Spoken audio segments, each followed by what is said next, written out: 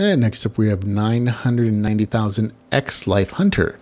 It is 23 chapters currently. It has weekly updates. And as of last week, it has an official English translator. So it's on tappytunes.net. There are fan translations out there if you reach the end of this and you want to, get ahead a little bit more. But the official English translator is, again, TappyTunes. Here's the online manga description.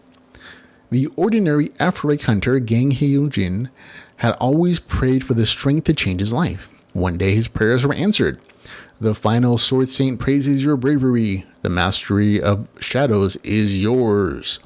Enough. This is too much. 990,000 past lives appeared in front of him.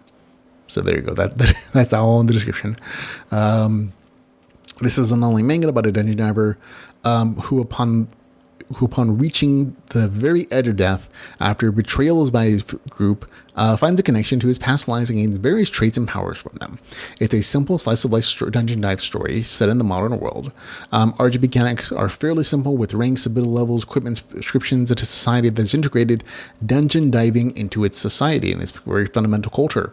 The more powerful of a player or a dungeon diver you are, ability column hunters, the more status and money you have in this world.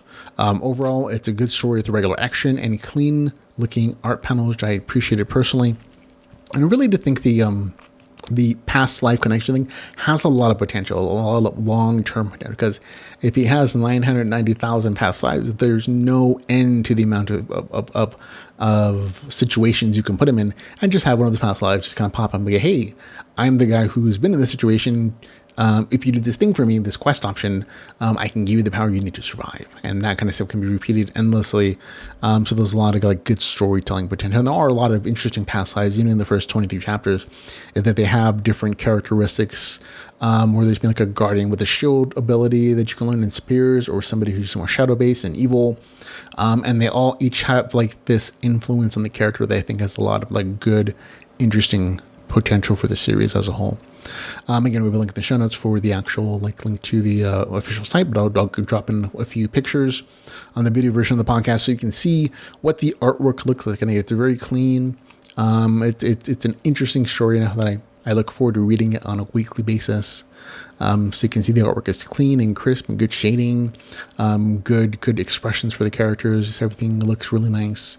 That's always an interesting and important part for me, at least. One of the things that I appreciate about the visual storytelling of a manga or a comic book or manhwa is the visual appeal in addition to the storytelling. So for me, this definitely does it for me. So I'm nice little recommendation here for, again, 990,000 X Life Hunter, which we will link in the show notes again for you.